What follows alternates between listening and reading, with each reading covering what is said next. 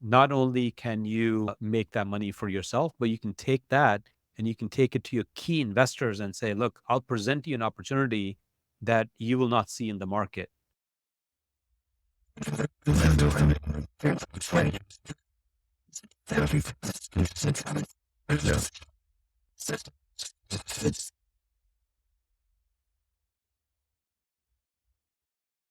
Welcome to the Cash Flow Fight Club podcast.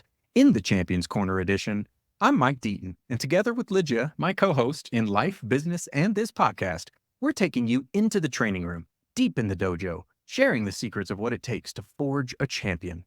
We're digging deep into mindset mastery, high-performance habits, best-in-class behaviors, and bringing you the tips and techniques that maximize human potential, brought to you from some of the best in the business. So grab your buds and your seat, hit subscribe, and get ready to up your game. Let's do the show. Let's do it. Real estate is a powerful way to build wealth. Whether passively, actively, for cash flow or appreciation, it is extremely versatile. On today's episode of the Cash Flow Fight Club podcast, we are going in the Champions Corner with Rav Singh. Rav transitioned into real estate in 2006. He's both a broker at Keller Williams and an owner-operator, helping investors passively invest. Rav works in different asset classes, but has built up an expertise in the hospitality market, think hotels. In this episode, we discuss how real estate can help you grow your wealth, how to succeed in your real estate journey, what to look for when investing in commercial properties and hotels. All of that and so much more. Let's get to it. Rav Singh, welcome to the Cash Flow Fight Club podcast. We're excited to have you on and talk some alternative investment types. Thank you. Excited to be here. We would love to know a little bit about your background and what were the key factors that were part of your transition into what you're doing today. Absolutely. Absolutely. So thank you again, by the way. This is great. Honor to be here on your show. My background is a typical immigrant story. Moved here with my folks a long time ago. I'm talking about like 30 years ago, 30 plus years ago. Originally, folks from India. That's where I grew up. I moved here, did my high school, did my college, all in the Midwest. So I grew up in the Midwest in Iowa, state of Iowa, and just very non-traditional schooling in the sense that a lot of folks from that part of the world, their parents push them to become an engineer or a lawyer or a doctor. And here I am. I went to my father and said, I want to be a graphic designer. So it was quite a change for my folks to adapt to what I wanted to learn and what I wanted to grow into.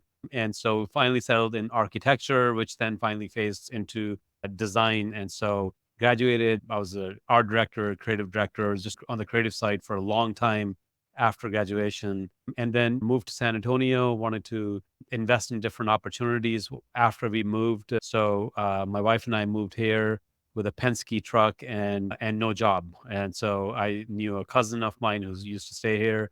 Anyway, long story short, had a job, she had a job. We feel that if you are a professional, if you believe in education, if you believe in yourself, you'll be fine no matter where you go in the world.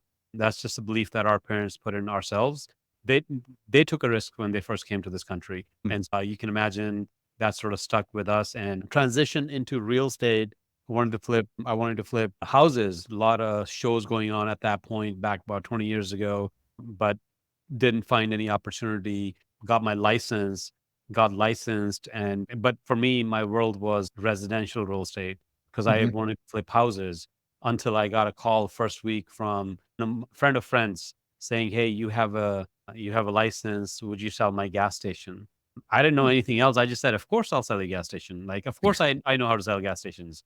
Second week in my business. And so got the opportunity, met with them, explained to them that I'm new in this business but I'm a fast learner and I believe in opportunity. Anyway, they gave me the opportunity. 3 months down the line, I sold a gas station. And for the next about 7 years of my career, I did a lot of specialty asset classes. So I became known as the gas station broker for a long time. Traded a lot of gas stations because it's not something that everybody understands. I believe in having a niche, standing out.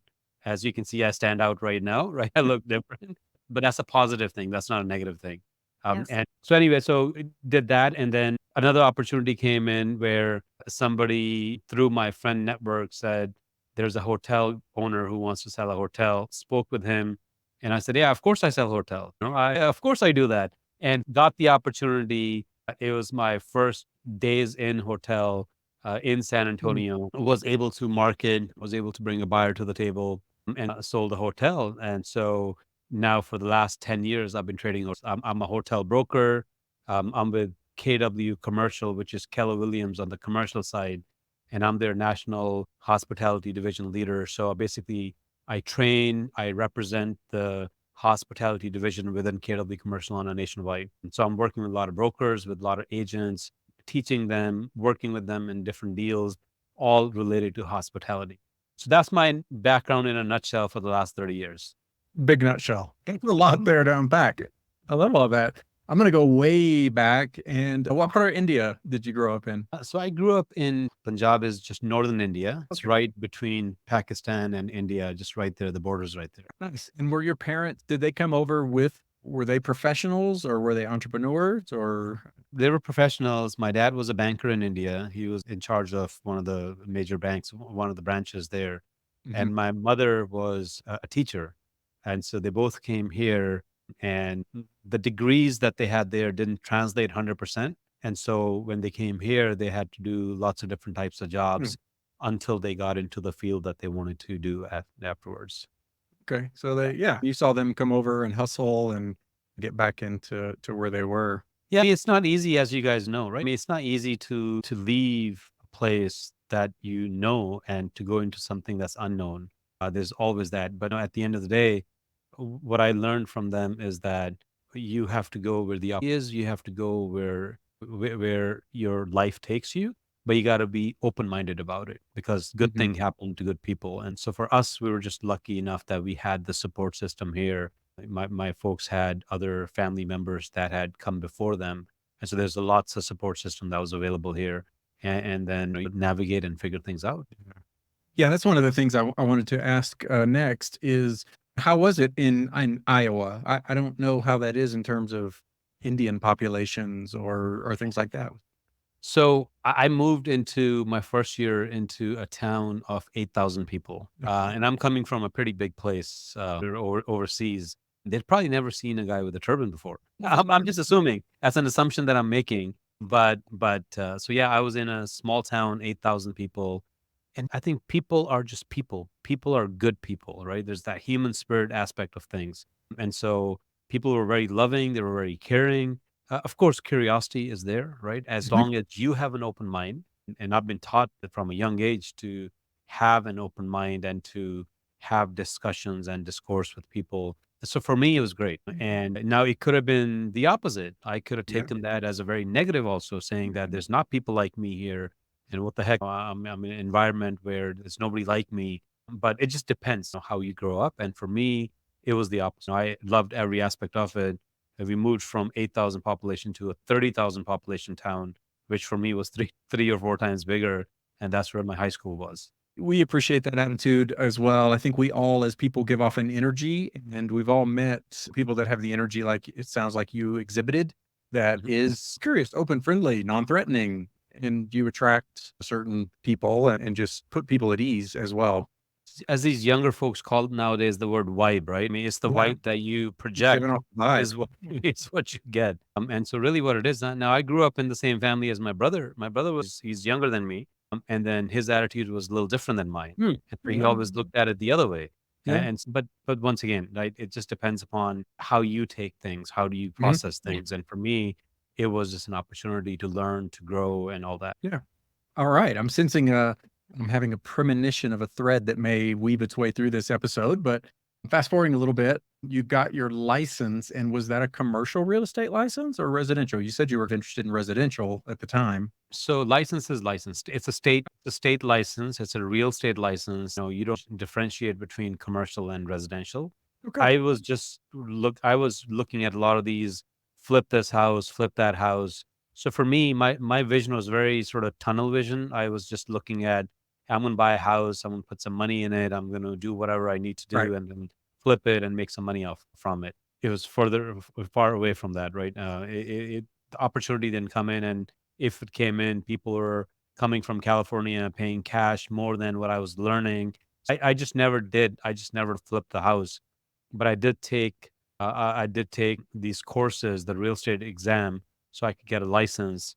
And so that's, I believe in foundation. That's one of the things that, once again, my folks taught me is that education is a must. And so whatever, no matter what you're doing, you should know the basis. You should know what you're doing from that standpoint. So I did take classes and I got a license out of it, never wanting to be a realtor, never wanting to be an agent, just wanting to purchase my own investment properties.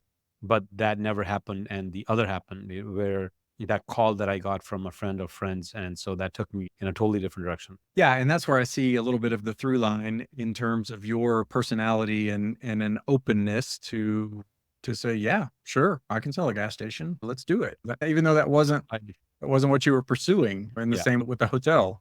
Yeah, let's go. It's in business, right? I've been taught early on that you just don't say no to an opportunity as long as you're confident about it. And of course, you're not going to lie. There's a fine line between that and being confident. I just knew that it's selling real estate at the end of the day, right? I mean, there's some nuances that you have to learn, some lingo that you have to learn. And at the end of the day, if you have that mind, which is curiosity mind, open mind, then you can pretty much do anything. Yes, and it sounds like through your story you have a I can attitude. Like instead of no, I'm not going to touch that because I don't have experience. Was that instilled to you from your parents as a child, or you developed it while you were growing up and maturing? I think a lot is just the way we were brought up as a family, and that has a lot to do with it. And then a lot of it also is just the community and the history and the lessons that we've learned from our historical past as a community itself. And taking a risk has always been there. So I'll give you a stupid example. So I didn't know how to swim and I went to Florida with some friends, and somebody challenged me and said, "Hey, dive in, you'll learn how to swim. It's pretty easy." I'm like, "Oh, okay." I just dived in. I started going down. So it's just one of those things. I'm like, somebody will save me or I'll learn how to swim. Yeah. And guess what? I had to learn really fast. Wow, that's an extreme example. Yeah, it's a very extreme example. Yeah.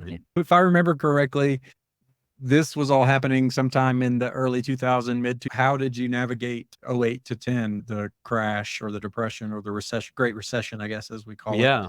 Great question. Great question. So my real estate career started just in the early 2000s, right? And so 2005, this is when I got licensed, just a year and a half before this crisis that happened.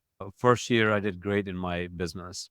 I went all in, I went full time, and then the crash happened. There And was not. were you an independent at this time, or I'm were you affiliated with the? I'm independent. I'm still with Keller Williams with KW. Okay. We're all 1099, so we're all Yeah. independent agents. And so there were just not a lot of deals that were happening. And I've gone full time in that now. I'm not in my creative and in a position. You have different advisors in life. And so one of the advisors that I went to when I was going to go into real estate, I went to them and I said, "Look, I have this opportunity. I think I would like real estate. I would like to go into real estate. And I think I'm going to go get my license and go into real estate. But at the end of the day, if that never happens, if I'm not successful, I can always go back to my design field." And one of the advices that I got from my advisor at that point was that you have to go all in. You can't travel in two boats, because if you travel in two boats, you're going to split, right? And so you have to really pick and choose what you want to do and put your 110% into it. I remember going back home, having a conversation with my wife and said that I don't understand it. Maybe my advisor is jealous of me because he's saying these things. I just didn't understand why I got that advice, even though theoretically I knew what they were saying. But then look, my wife's the one, kudos to her. She's, look, if you call them an advisor and they're saying this is what they need to do because of the life skills and the life and the skills that they've had, and they're advising you, then just go all in. And that's really what I did. I went all in, and next day I said, "Hey, I'm in real estate. I'm not a designer anymore." And that paradigm shift that has to happen in your mind, that has to happen because the way you think is the way you act and behave. And so for me, I just went all in saying, "I'm in real estate. This is what I do." And then started learning. The curiosity mind started giving you just different experiences. But then that shift happened 2008 when the bubble busted, and it was tough, that because now I'm sitting at home, I'm 100% in my real estate business as a real estate agent. We had our first kid. My wife's at home. She had quit her job because she was home tending to our young child. And so first few years after that bubble had busted was really hard. And I remember at one point I had this discussion once again with my partner, with my wife, saying, "Look, maybe I do need to go back to design just to do whatever." And then or I go all in again. And I decided to go all in. And for me, once again, it comes back to lots of different things. And I went in during that time period where there's not a lot of transactions happening, and I focused on education again. And I started taking the CCIM courses that were luckily offered in San Antonio. I wasn't able to pay for it because I didn't really have a lot of money. My philosophy at that point was, when in doubt, charge it. So I charged it. I charged all my courses on my credit card. I remember it. So I went in further debt, but it was to learn something, right? It wasn't just to go buy something which is going to depreciate. This was an appreciating asset in my mind, that education, because I'm building something. And so I did that. And so that has helped me tremendously. That education and that credentials behind my name has helped me tremendously in terms of A, getting opportunity, and then also B, just internal booster that you know what you're talking about. Once again, I believe in education, and I do a lot of seminars, and I do a lot of these talks where if somebody else can learn from me, I'm more than willing to give my time for that, because I think education is power. That's the foundation of what you want to do in life. And so that's what happened in 2008. And my commercial real estate business on the education side, and that started giving dividends slowly when the market started turning. And so we started getting more and more opportunities at that time. Okay. So you just stayed in, you rode it through, and on the backside, we're able to capitalize on. It's very similar. Real estate, as most things, is very cyclical. And there's always something you can be doing to be sharpening your skills or whatever. In the downtimes, I know in recent years when multifamily has been slow, been an amazing time to network with brokers like yourself because they have more time. They're also hustling for deals. And so they're more open to give you time and to get to know you a little more, versus when the market's hot, then they're going with who's already in their address books and Right, who they know right. is going to close a deal, and they're less apt to give you time. But there's always something you can be doing. Education, another great avenue for being able to do that. But yeah, fortunately, it sounds like you were able to weather the storm and make it through to the other side. Yeah, and it was rice and beans for a long time, but yes, but yeah, I'm just lucky enough that I was able to. A lot of the retention rate is quite low in terms of when a market shift happens.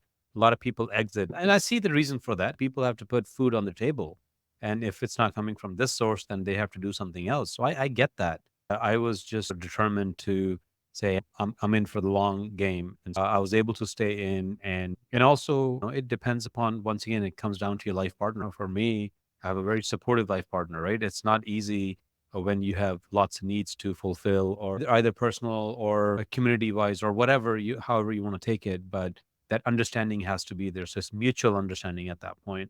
And so I did get that. So it was very positive and very refreshing, because I do see a lot of struggle that happens if that's not there. Yeah, I think we can both appreciate that. I also tell a similar story anytime I'm giving a talk or on a podcast or something. Is 2016 was our pivotal moment where we found ourselves out of work. And Ligia is always super supportive and gave me a boost of confidence that we could go all in, which we did Yeah. into real estate at that moment as well, and either survive or we figure it out. So the risk for me was much lower, or at least the bar was lowered in terms of the risk of failure and those kind of things. So yeah, I fully appreciate what you say there. Absolutely.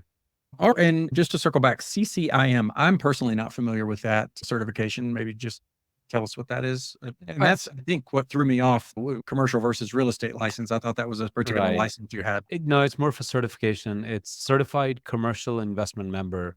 So just to kind of give you an analogy, if you're in the bookkeeping and accounting world, you could be a bookkeeper, right? Mhm. You take a class here and there, and you can do bookkeeping. That's in the accounting field. You can be an accountant by taking some courses, or you could be a CPA. But if you're a Mhm. CPA, you're certified. You have to take classes. You have to take an exam, and so not everybody takes the certification, which is those credentials. Similar with commercial real estate. Anybody can do real estate, anybody can do commercial real estate. But in order for you to take and get designated as a CCIM, you have to take a certain coursework. And not only that, after that, you have to do practicum, you have to do deals, and there's a portfolio review that happens where you have to do so many dollar amounts worth of deals in the market. So they know that you're coming in from experience, and then it's a network, right? And so there's not a lot of people that end up taking that or going through that coursework and getting designated. There's probably 8 to 10% of overall commercial agents that are probably certified as a CCIM. But what that did for me, and I'll tell you this example, when I first moved here and I got into real estate, because I look the way I look, not positive for me, but however that people may want to take it, I did get a lot of pushback from on the real estate side of things, whereas for me, one of the motivation was education. And I guess another motivation on the personal side was I did want to show to the world that I can do this. And so it could be however you want to take it, but that perception changed overnight, where when people saw the CCIM credentials at the end of my name, they're like, okay, well, maybe he knows what he's talking about. And so that's a huge thing. And so that's not just a morale booster for me internally, but also physically on the other side. I saw the difference where we're returning calls, bankers were returning calls because of, I feel, the credentials that I got. Yeah, there's a certain amount of credibility that Correct. instantly comes there that, okay, there's a body of knowledge, there's a level of testing. It's interesting. Okay, thank you for explaining that. Absolutely. So now we're in the world of, or you're at least getting more into the world of hospitality and weird properties or the non-traditional type properties. Hospitality investing, I'm obviously familiar with the hospitality industry. We are in multifamily syndications and other forms of real estate, but give us some overview of what hospitality is and how it might be a little bit different than the traditional rental properties assets. Absolutely. So, once you enter the commercial real estate field, there's lots of different avenues an agent can take.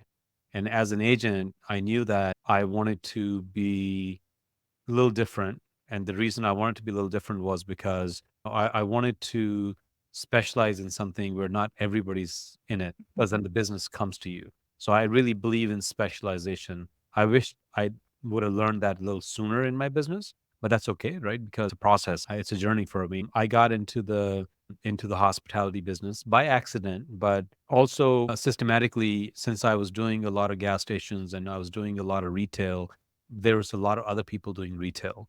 There's a lot of other brokers doing the same thing. And so for me, I wanted to get into a little bigger level in terms of dollar wise, business wise, because I knew if I was transacting, I could stay in $1 to $2 million space and I'll predictable income that could come in from that. Or I can stay in $5 to $10 million space and your income level just goes that much higher.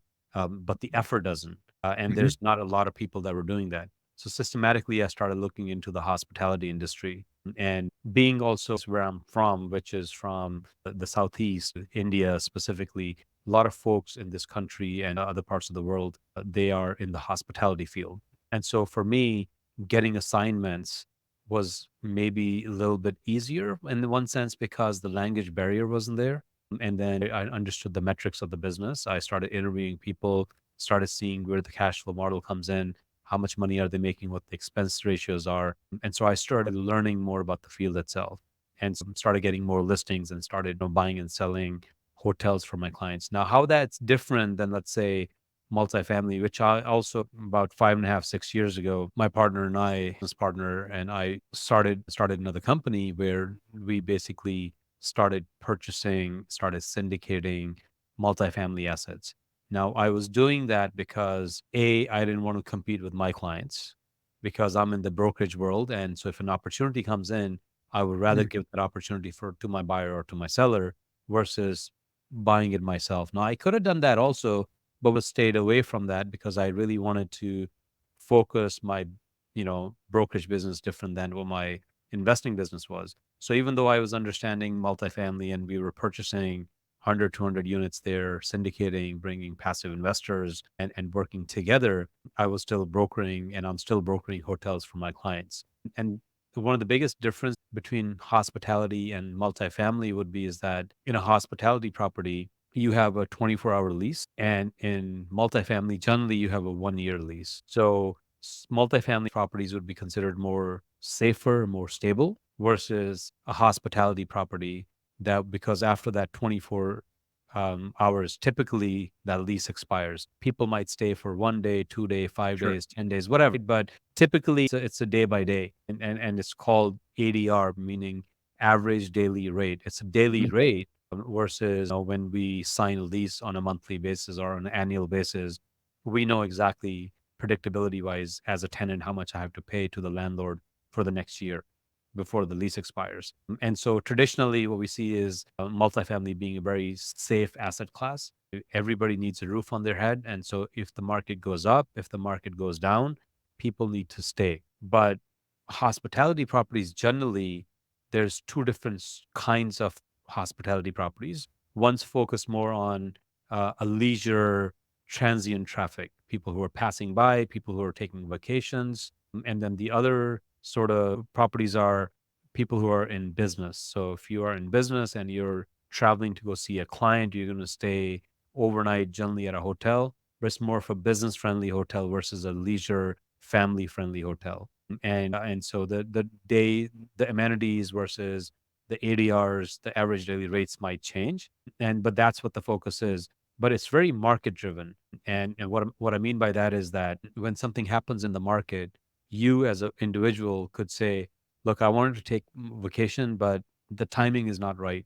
I'm going to cancel this vacation. I'll maybe take it 6 months from today or a year from today, once the market stabilizes, once the job market does whatever, right? People can take that decision and they can prolong some of the stuff. That's going to affect the business from a hospitality angle. But if you're in multifamily, you have that predictability because you've signed a 1 year lease. Now you can still break it and there's consequences, but for the most part, it's very safe to be in multifamily versus in hospitality. But because of that, you also have, from a return perspective, your cap rates are very compressed generally in multifamily. When you're buying this very stable multifamily property, and in the last 2, 3 years, we've seen cap rates in the 4%, 5% range. And then when you're looking at same cash flow in hospitality, you might see a 9% cap rate. High risk equals high reward. So you're Mhm. going to make a little bit more money in the hospitality arena, in my opinion, versus in multifamily, even though there's higher risk in hospitality versus in multifamily. Yeah, that makes sense. And you explained it very well there in terms of the revenue turning in terms of daily versus 6 or 12 month leases. What other factors, like if we as an investor were looking to potentially invest in a hospitality deal, what are like the top 3 or 4 underwriting or business case variables that we should at least know, make sure that we're familiar with and understanding? Like with multifamily, you have, like you said, you have occupancy and rent growth and obviously the market that it's in. Sounds like there's maybe a little bit of overlap, but some unique ones in terms Yeah, of hospitality. for sure. Yeah, thanks for that question. So yeah, if you are, let's say, a limited partner, or if you even are buying as a lead sponsor on a hospitality property, I guess if I'm an LP and I'm looking to invest with somebody, number one is the team, just it is on the multifamily side.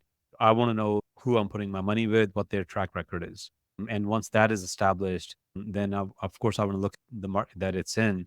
But at the end of the day, I want to see if I'm investing in a hospitality property, what flag, what franchise is there, the Mm, affiliation, the franchise itself, because you want to see how strong that franchise is. Marriott, Hilton, top tier, right? right. Then you could have the soft brands or secondary, tertiary brands that may not be as strong, right? So Mm, as an investor, I want to see that. Second thing I want to see is renovations. Are these properties renovated, or is that an opportunity on a value add side? And so typically when you're purchasing a hotel, because it's a franchise, a lot of these are franchises. Now you have independent hotels also, but if you're buying, let's say, a Comfort Suites or a Marriott or a Hilton, any of those type of properties, when you are purchasing that property, there's an application process with the franchise, and the franchise is reviewing you, and you're paying fees and stuff. But generally, they will come in and they will take a look at the property because they're giving you their flag. They're going to give you a punch list, which is called a PIP, a product improvement plan. So they will mm, give you something in writing and say, look, Mike, we're happy to give you 10-year license on this hotel that you're buying, and we'll put our name on it, and reservation system will come through it, and all the stuff that happens with it. but you have to renovate the property based on here's the plan. And generally, it's a 4, 5, 6 page plan, and you have to shop around. And there's vendors out there, there's shows out there. It's a big industry, but typically you're underwriting by seeing how much money are you putting per door on renovations. So not only are you buying a property for a certain price point, but and they give you time. They give you 12 months, 18 months, 24 months. You can negotiate that time with the franchise, but within that time period, you're going to have to put some money in the property. And it's good to do that because as you're putting that money in the property, now you're basically coming up in terms of the new design standards that that company has. Your reviews change, or people get better experience because everybody goes in to reviews to see how the property is. Are there roaches? Is the beds moving? Whatever, right? People will tell you that. And so the franchise wants you to spend money for you so you can actually make more money. So it's a good thing. And then there are other people who are looking at independent hotels. There's no franchise affiliation. And so you're purchasing it, based on the box, and you might have a plan that I'm buying this box, I'm buying this hotel, and I'm going to go in and just like in the multifamily world, here's my business plan. I'm going to go in and paint the property and put new soft goods and new hard goods in there, or change the lobby, do whatever I need to do to give that better experience. But my number one driver when I'm looking at a hotel property as a buyer, or for my buyer, is the demand generator. Where is the business coming from? Is the business coming from just thin air, or is it coming on because there's industry there? There's opportunity. Are you in a downtown property where there's a lot of conventions happening? Are you in a suburban area where you may have Six Flags in that area? So people coming in on the summer business because people have to stay there. You know, why are people coming in? What's that demand Right. generator that's there, right? That's very important. And then the occupancy rate. How's that property doing compared to the comp set? So it's very important for me to review that for my, let's say if you were looking for something, and I would look at something and say, look, I see that based on a report that I see, which is called the STAR report that you can get from the franchise.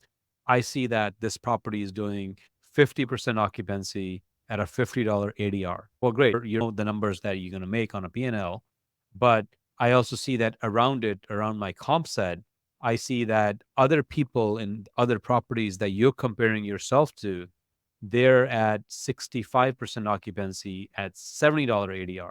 So they're actually making more money. So me as an agent or you as a buyer could go in and say, look, this is a value add property because I know business is already coming in the area. I'm not capturing this asset that I'm buying is not capturing that because of certain reasons. Maybe it's a management issue.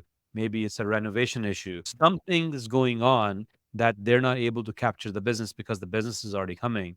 Well, that could be a perfect syndication. That could be a perfect buying it here in 5 years. I'm going to take it here and I'm going to exit off. And we're buying it at an 8 cap or a 10 cap. And we're going to sell it at an 8 cap once the NOI grows up. And that's where the value is going to come in. So there's a lot of money to be made in the hospitality properties.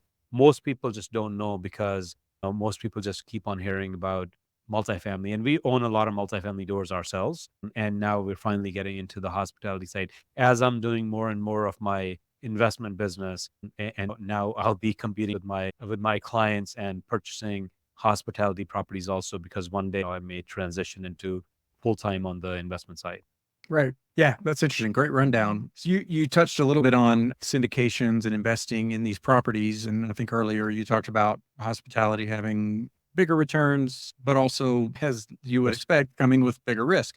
What would average type return be for hospitality? Like in multifamily, for a while, okay, maybe not recently, there were 2x multiples over 5 years with certain cash on cash predictions. Is it similar in hospitality? It's similar, if not better, right? Just because. So let me give you. Let me flip that and give you another example.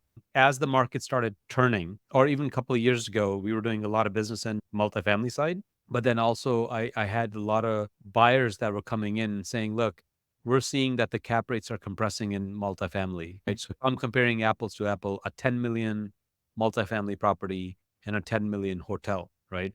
100 units there, 100 units here. Similar type, because you can find properties that are doing similar type of revenue, but from an income standpoint and then from the NOI standpoint, you're going to make more money on a hotel property versus if you're going to make in a multifamily property. And so therefore, you have more healthy numbers as a bottom line, and therefore you're able to distribute a little bit more to your investors. So we were generally seeing higher than 2x returns, if not just 2x returns.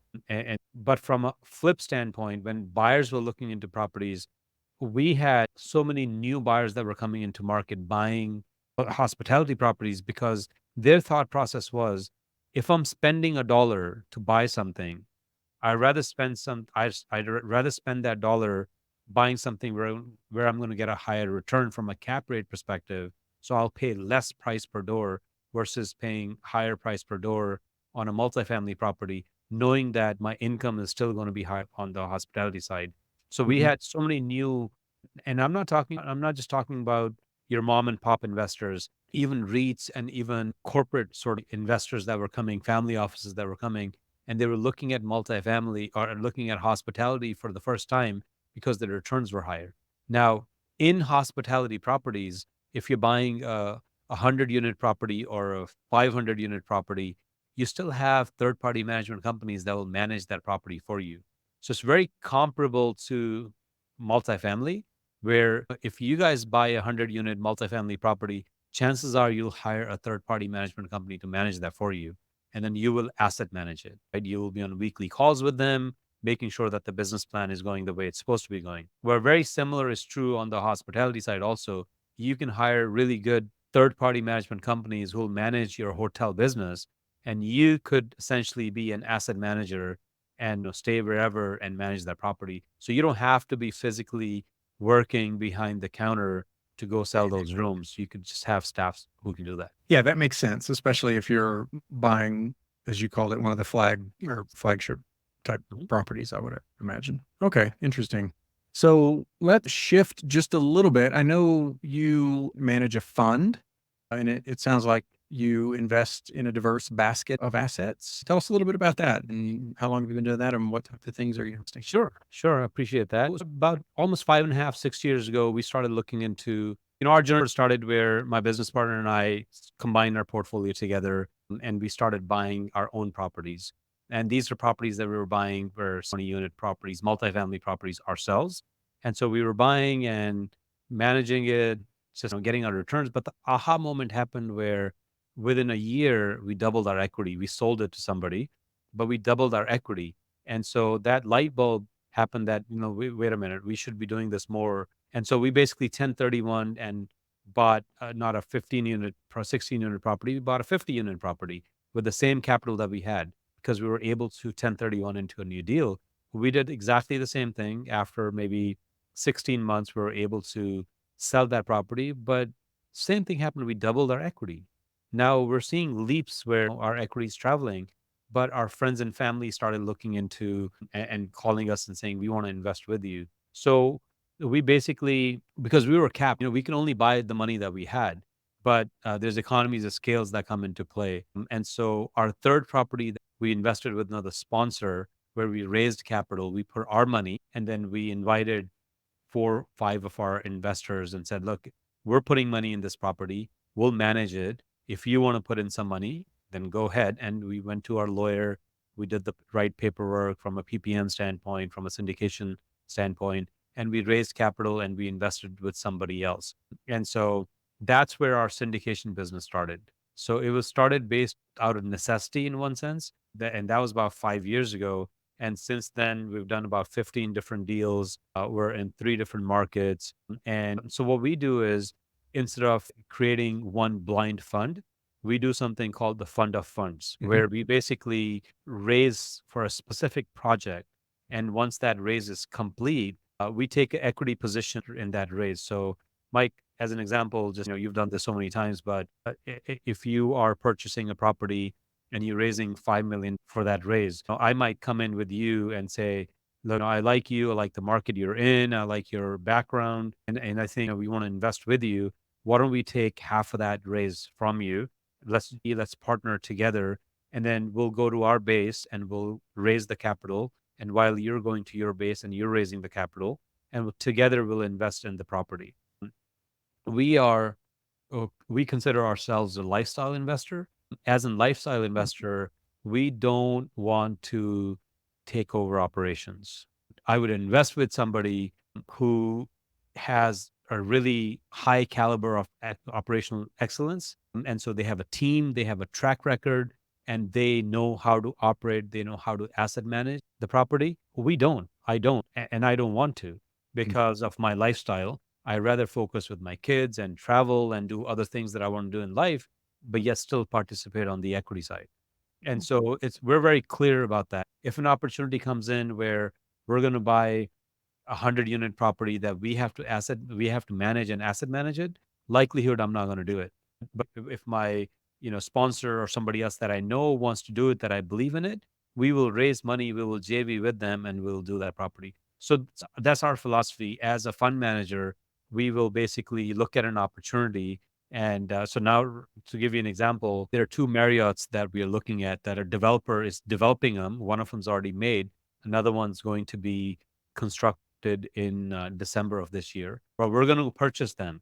But remember, I'm a passive investor in one sense, as in I'm a lifestyle investor. So I will never go and buy those Marriotts unless I'm partnering with a management company who's also bringing equity in it. And I know that's a really strong management company. So that's what's going to happen. We are partnering with a management company. So we're going to do a joint venture where they will do the management. And I know they have a staff in place and they have processes in place and they're raising equity and we're going to raise equity, but we will provide a lot of things that we are really good at, which is capital, communication. We'll provide vendors and other things that we know in the industry itself. And we'll take it to our investors and say, look, we have an opportunity to buy this. And it's a raise. Once that raise is finished, first come, first serve, and then we're done with that project. Then we'll look at a next project later on. And so typically as a fund manager, we will raise for a project and we will participate in it more than just raising capital. And then once that project is done, we're finished. We'll just look at the next opportunity. Got it. Yeah. Rob, do you guys have an ideal investor type that you target? We do. Yes, we do. And so we actually have two different investor types. So one of my investor types is a really busy professional, a doctor, a lawyer. Remember, I used to sell gas stations. Lots of people in that gas station world they're buying a job, right? They're opening up at 6 a.m. and they're closing a lot of times at 9 or 10 o'clock at nighttime, right? And these are people that have bought their own job and it's their own business, but that they're working in the business, not a lot of times on the business. So we go to them and say, why don't you diversify, right? Keep on doing that. At the same time, invest a little bit money passively with us also. And so our investor type is a busy professional or a busy business person. And then my second profile, my second avatar on that investor side, I'm in the brokerage business. And so we're going out to, I'm with Keller Williams, 180,000 people across the US as agents. And so we're basically going to them and saying, look, you are a fiduciary to your buyers and sellers, but you're also a fiduciary to your family, to your capital. So diversify and don't just spend the commission that you're making. Go and invest that commission into and do it where it's very passive to you because your number one job is to buy and sell properties for your clients. But the money that you're making, make money passively for your family also. I do a lot of talks and I do a lot of seminars. And we're basically just educating agents and saying, look, not only can you make that money for yourself, but you can take that and you can take it to your key investors and say, look, I'll present you an opportunity that you will not see in the market, right? And so you're becoming a value add to your investors. And you can participate with them by opening up a small fund, a small LLC, however you want to participate. And then you can do however you want to do on your side. And so it's self-serving for me because they can bring me a larger check because now they're taking that money from their investors and they're investing together. My goal is to educate them to say, don't just spend that commission, diversify that and make money for your family also. Yeah, it's a great strategy. You touched on the 1031s earlier, all these different ways that you can compound in a sense, right? You let the money keep working and building and going towards something that you want, whatever that dream is for the individual. So yeah, it's a really, really great way to make that happen. I know hotels took a beating during the COVID pandemic, and I'm trusting things are, if not fully back to normal, really well on their way to being back to normal. It seems like kind of we've They come through that. they are, and I would say that there's a lot of change that's happening. If you just a couple of minutes that you have, there's a change that's happening in the hospitality industry where after COVID, especially, our younger generation, they're either working from home or they are wanting to just change jobs. It's not like how my father or others where you worked for 15 years for a company or 20 years for a company and you may want to retire from that company. It's just a mindset, right? It's just a new way of looking at things. And so a lot of these bigger companies are coming up with these extended stay models where it feels like a home away from home. So in an extended stay, you would have a small kitchen, you would have a small living room and a bedroom, or it could be small versus big, a basic versus luxury. So a lot of these companies are coming up with these extended stay models. So the opportunity for you and the opportunity for investors is maybe a lot of times even picking up old motel that are tired, that either the operator's tired, the owner's tired, or the property's tired, needs some renovation. But if they're extended stay, you can pick it up and you can you can serve that leisure tenant or the leisure customer or the business site customer, but you can pick it up for much cheaper than your typical multifamily property. You have to spend some money on it, but you can convert it. Maybe the zoning laws might be different here and there. There's some homework that needs to be done, but typically you can pick it up for much cheaper than what you're picking up your multifamily properties. Yeah, interesting. Definitely a lot of unique business propositions twisted out of the pandemic and accelerated other things. So that's fascinating. Yeah. With that, what's the best way for people to find you and get in touch if somebody wants to invest or hear more about what you invest in or learn a little bit more about investing in real estate? So I'm on all social platforms. You can look me up on LinkedIn. I'm pretty active there. So it's just Rav Singh, CCIM. That's easy for you to find me there. Or you can go to our company, which is SpurEquity.com. I'm in San Antonio. We don't have so Spurs is obviously the basketball team. This is no correlation to Spurs as the company itself, as the team. For us, Spur Equity, Spur just means growth. It means upward movement. And so we want that for us and we want that for our investors also. So if you go to SpurEquity.com, you can find us, you can look us up over there. Rav, we like to end our episodes with gratitude. Do you have anybody that you want to shout out to that has been absolutely instrumental in your journey and in your life? So it all starts with the higher power. I believe in God, Vaheguru, whatever people call that name. So that's a big part of the gratitude that I have. We serve somebody bigger than ourselves. But other than that, I think for me, it's the people that I associate myself with. It starts with life partner, and then from the other travels that I've done from other people, and the opportunity that I get with talking to folks like you. I just want to thank you for having me on this, and look forward to continuing our discussion. That's great. We appreciate you coming on the show and sharing all this. This has been great, really eye-opening for me to understand a little bit more about other classes that can be invested in. And all the best to you. And thanks again for coming on the show. Good. Thank you so much. For those of you joining us today, we hope you enjoyed this time in the Champions Corner as much as we did. Got some awesome takeaways, and most importantly, we'll take action to continue living your best life and maximizing your potential. Mindset is such an important aspect of life, and when coupled with action, delivers undeniably powerful results. Please subscribe to the podcast to hear from more great guests and get the latest mindset mastery insights and cash flow matchups. Again, thank you so much for investing your time with us, and we look forward to seeing you next time on the Cash Flow Fight Club podcast.